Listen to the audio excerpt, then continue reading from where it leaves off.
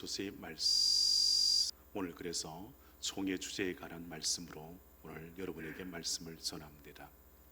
오늘 구약 본문의 말씀이 이사야서의 55장 말씀입니다. 이 말씀은 하나님이 어떤 분이신가를 잘 설명해 줍니다. 이사야 55장 7절 말씀. 악인은 그의 길을, 불의한 자는 그의 생각을 버리고 여호와께로 돌아오라. 그리하면 그가 긍휼히 여기시리라. 우리 하나님께로 돌아오라. 그가 너그럽게 용서하시리라. 여러분, 이사야 55장 이 7절 말씀에 하나님이 어떤 분이신지를 설명하지요. 너그럽게 용서하신다 말씀하십니다. 여러분, 너그럽다는 이 말을 여러분 어떤 의미로 이해하고 계십니까? 사전적 의미는 이렇게 설명합니다. 어떤 사람이 다른 사람이나 그의 행동 한 일에 대해 옳고 그름, 잘못을 세세하게 따짐이 없이 넓게 이해하고 받아들이는 그 태도를 너그럽다라고 설명합니다.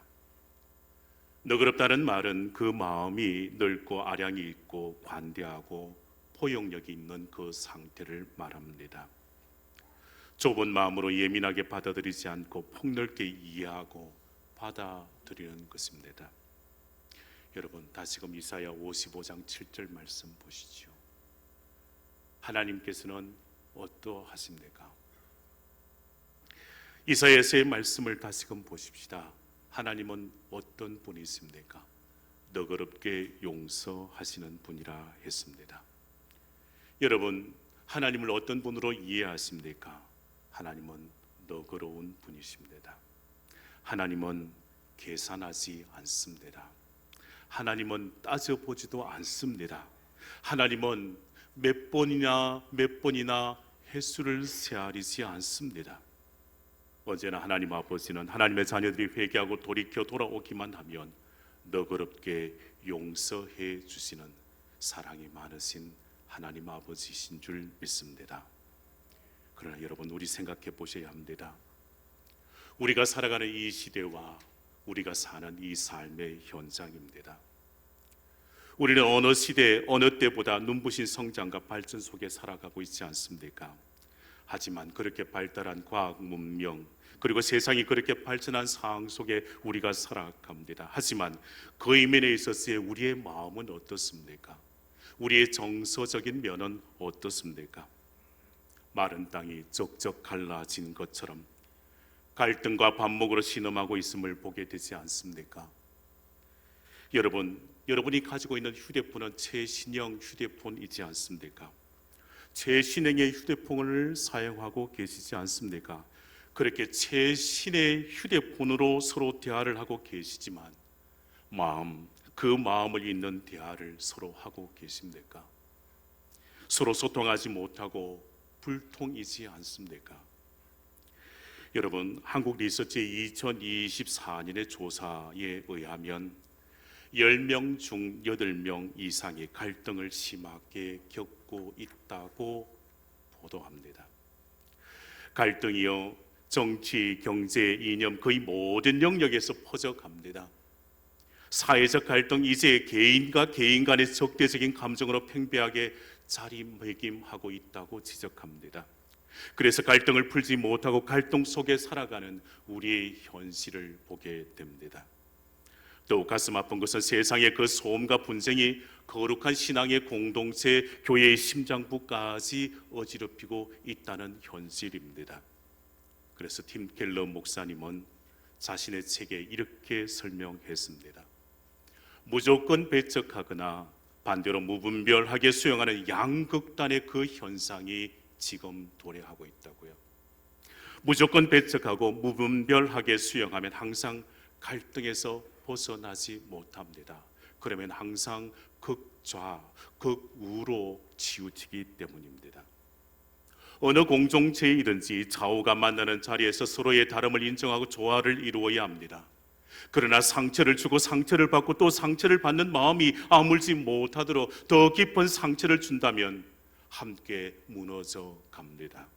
함께 절망의 깊은 수렁에 허우적대고 말 겁니다.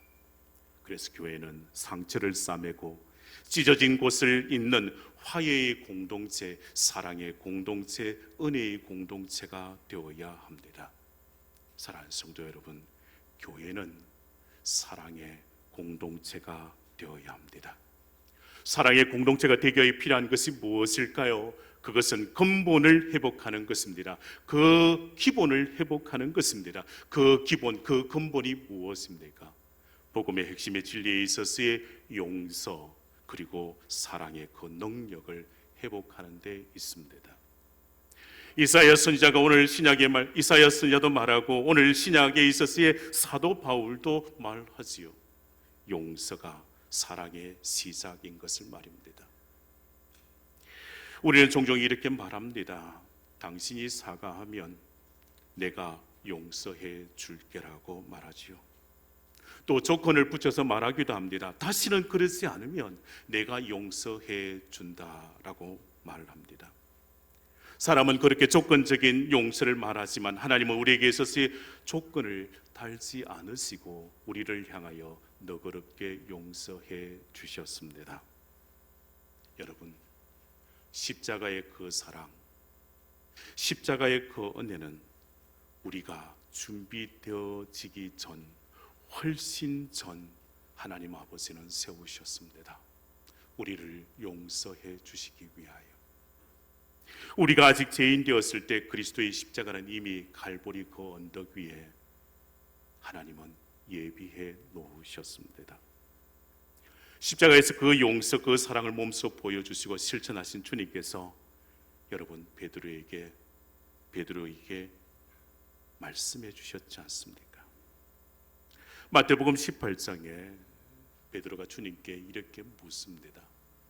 그때 베드로가 나와 이르되 주여, 형제가 내게 죄를 범하면 몇 번이나 용서하여 주리까? 베드로가 묻습니다. 그리고 이 정도면 되지 않겠냐고. 이 정도면 되지 않겠냐고. 7번이면 되지 않겠냐고. 근데 여러분 잘 보세요. 주님께서 하신 말씀을. 예수께서 이르시되 내게 이르노니 7번뿐 아니라 7번을 70번까지라도 할지니라. 주님은 말씀하십니다. 7번을 70번까지라도 하라. 예수님의 말씀은 여러분, 주님의 말씀에 우리는 숫자에 집중하지 말아야 합니다. 주님의 말씀은 이것입니다. 7번을 70번까지 하라는 말씀은 그 용서함에 있어서의 계산하지 말라는 말씀입니다.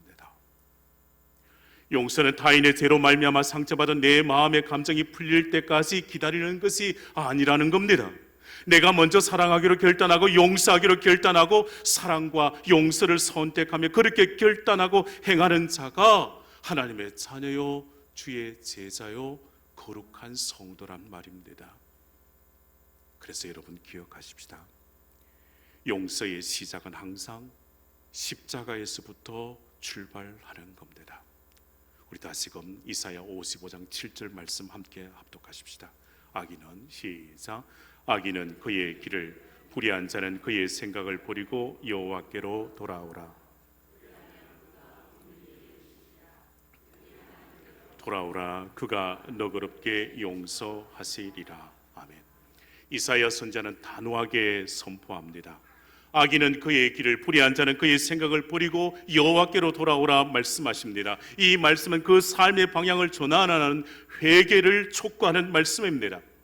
내가 그동안 옳다고 믿어왔던 그 길, 나의 경험과 나의 기준을 쌓아올린 그 생각의 벽을 허물고 하나님께로 돌아오고 거룩한 뜻 앞으로 나와 인격적인 그 항복을 하나님 앞에 하라고 말씀하십니다. 사랑하는 성도 여러분, 다시금 이사야 55장 7절 말씀 보십시다.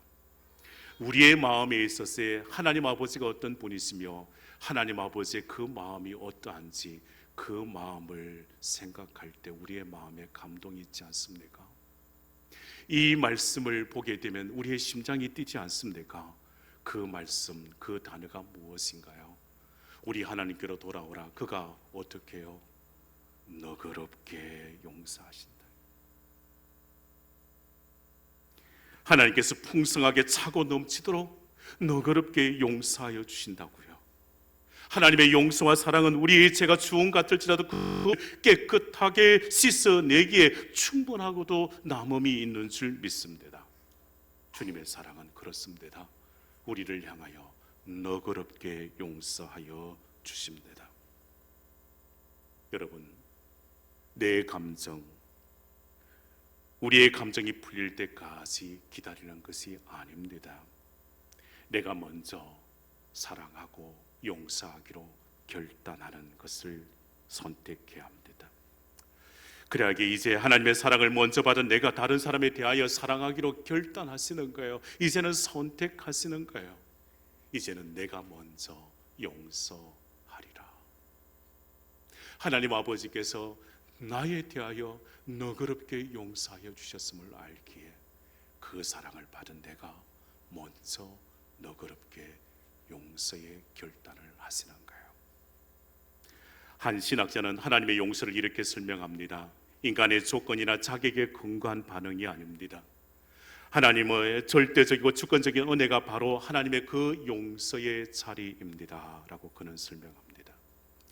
여러분, 우리가 누군가를 용서하는 것에 있어서 내가 용서하기로 결심하는 차원이 아닙니다. 하나님께서 이미 나를 용서하셨다는 그 믿음의 응답이 이것입니다.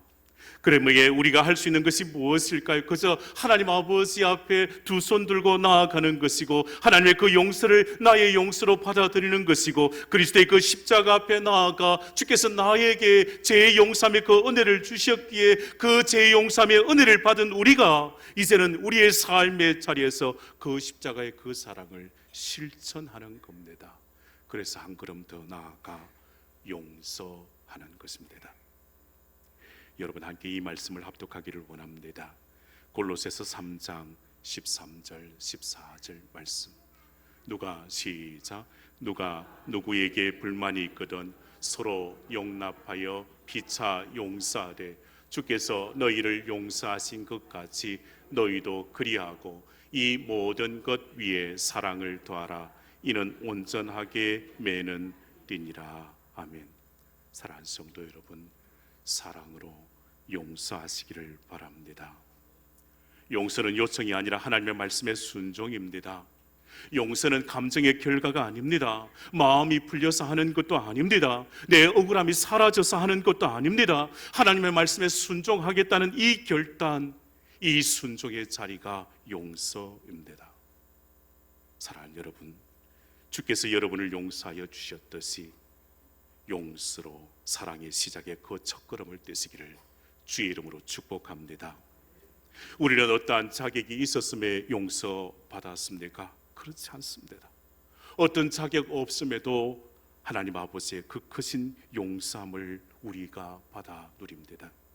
우리는 잘못한 것에 대해 어떠한 변명도 할 수 없는 그때에도 하나님 아버지께서는 우리에게 용서의 그 은총을 더하여 주셨습니다. 우리는 반복해서 넘어지는 그 실수를 함에도 하나님 아버지의 그 용서함을 우리는 받지 않았습니까? 하나님은 우리를 향한 그 사랑과 그 용서함에 하나님은 결코 포기하지 않으십니다. 그 용서하심의 은혜가 내 심령 속에 들어왔기에 이제는 내가 타인을 향하여 먼저 결단하는 겁니다. 용서합니다.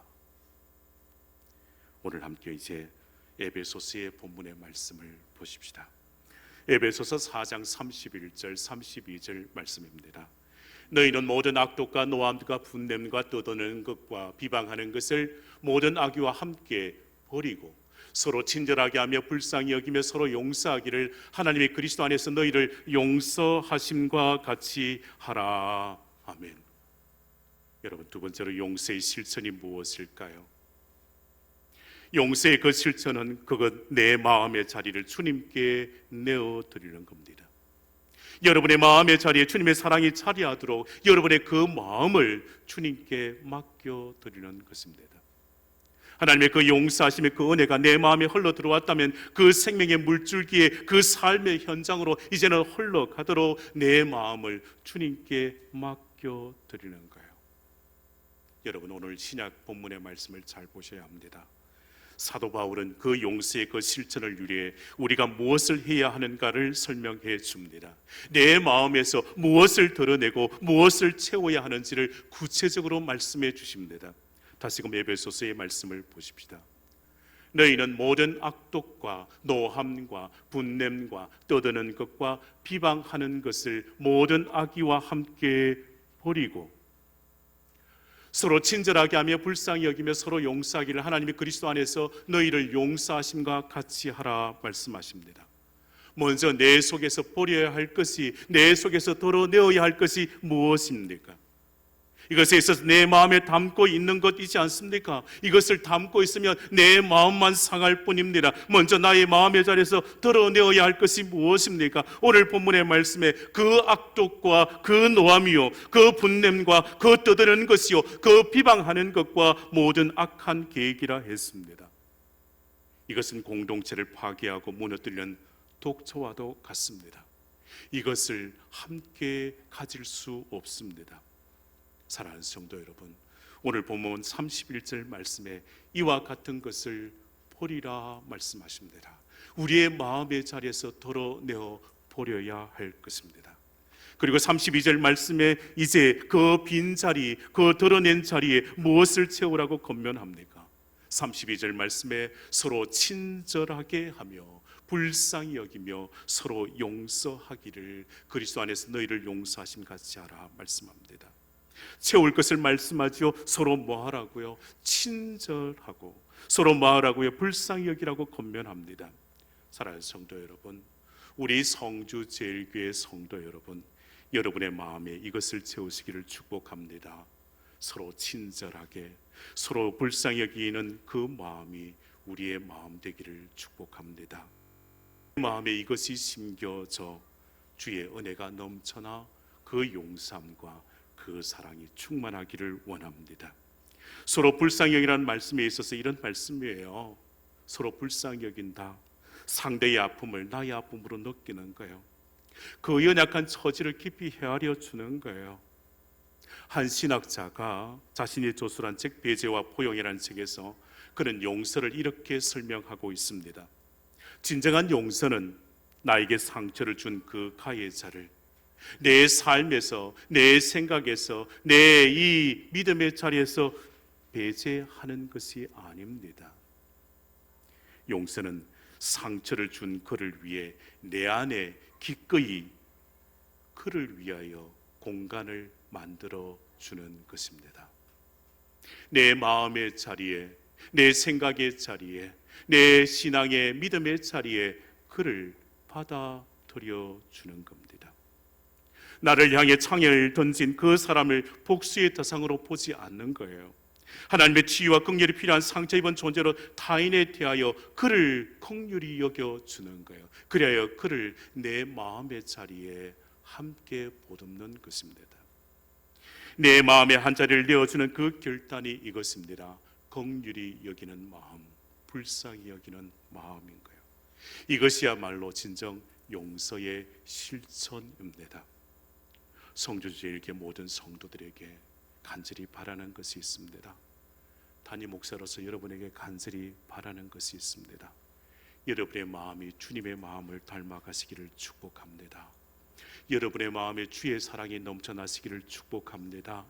주님의 사랑이 우리의 모든 허물을 다 용서하고 남듯이 우리에 있어서의 다른 사람을 향하여 내 마음의 자리를 비워 그를 내 마음에 받아들여 용납하여 함께 은혜의 장을 만들어 가시기를 축복합니다. 그래야기에 그리스도의 그 용서, 그 사랑을 구체적으로 실천하는 그 삶의 현장이 우리 성주제일교회 성도의 믿음의 자리기를 주의 이름으로 축복합니다. 여러분, 용서 없는 시간은 상처를 치유하지 못합니다. 오히려 마음의 상처를 더 아프게 할 뿐입니다. 내 생각을 내려놓을 때 하나님의 긍휼하심이, 하나님의 그 은혜가 내 마음, 내 심령 깊은 곳으로 흘러옵니다. 여러분, 용서는 다른 사람을 위해 하는 것처럼 보이지만 사실 하나님이 내게 주시는 그 은혜의 자리를 지키는 것입니다. 내가 먼저 용서하기만 하면 내 마음에 주의 평화가 찾아옵니다. 용서하는 것은 나를 살리는 것임을 잊지 마시기를 바랍니다. 그러기에 여러분, 하나님은 여러분이 은혜의 통로, 축복의 통로, 사랑의 통로로 세워 가시는 줄 믿습니다. 진정 용서의 완성에 있어서의 그리스도의 십자가를 본받을 때 우리는 가능합니다. 에베소서 4장 32절 말씀 다시 보시죠.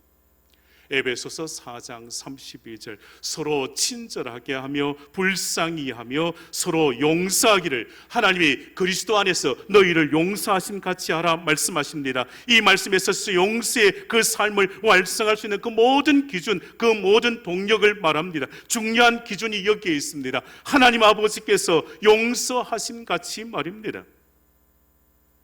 여러분, 우리가 결단하고 실천해야 하는 용서요, 하나님의 용서의 빚진 자로서 마땅히 걸어가야 할 그 순종의 자리는 여기입니다. 순종하여 나아갈 그 자리는 이제는 용서하는 거예요. 우리가 서로 용서할 때 단순히 과거의 그 잘못만을 덮어주는 것이 아닙니다. 서로 용서할 때 이 땅에 세우신 그 하나님의 나라, 하나님의 나라의 그 새로운 질서가 세워지게 됩니다. 우리가 용서함으로 우리는 하나님의 나라를 선취하여 누릴 수 있습니다. 그 용서함으로 사랑이 넘쳐날 때 그곳이 천국이 되는 줄 믿습니다.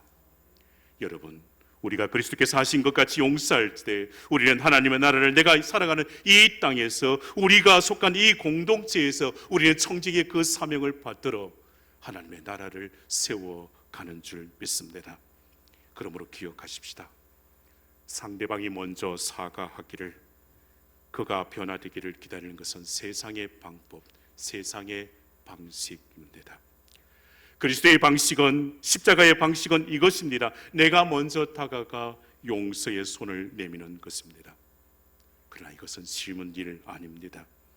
때로는 내 자존심을 십자가에 못 박는 그런 고통도 따릅니다. 그렇지만 여러분, 우리가 이 십자가의 길을 선택할 때, 예수님의 용서의 삶을 따르기로 결심할 때 비로소 내 마음의 사슬에서 벗어나게 되고 참된 자유를 경험하게 될 줄 믿습니다. 그래야 우리 교회가, 우리의 신앙 공동체가 세상에 감당할 수 없는 그 큰 사랑과 생명을 살리는 구원의 방주의 역할을 감당하는 주님의 교회로 거듭나게 될 줄 믿습니다. 사랑하는 여러분, 이 시간 우리의 마음을 조용히 한번 들여다 보시기를 바랍니다. 아직도 용서의 빗장을 풀지 못한 채 미움과 분노라는 감옥에 갇혀 고통받고 있지는 않으십니까? 무거운 짐을 지고 가시는 분은 있지 않으십니까?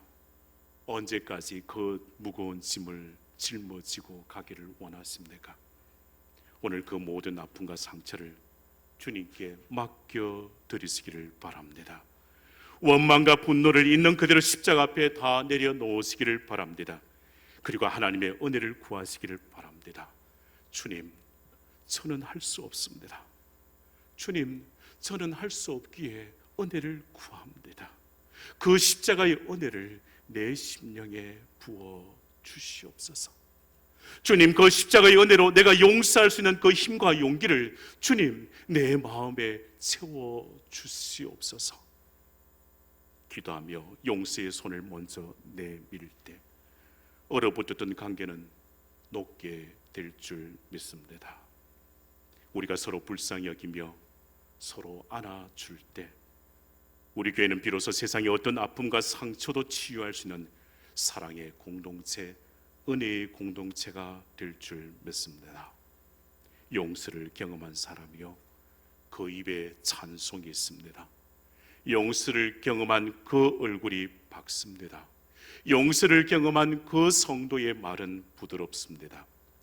용서를 경험한 사람은 이제 상처 주는 자가 아니라 품어주는 사람이 될 겁니다. 용서를 경험한 자는 이제 판단하고 정죄하는 사람이 아니라 기도하고 축복하는 사람이 될 줄 믿습니다. 용서와 사랑으로 무너진 우리의 삶을 회복하고 용서와 사랑으로 우리의 가정을 세우고 깨어진 관계를 회복하는 하나님의 놀라운 은혜가 우리 교회, 우리 교회 모든 성도의 믿음의 자리에 넘쳐나시기를 주의 이름으로 축원합니다. 기도하십시오.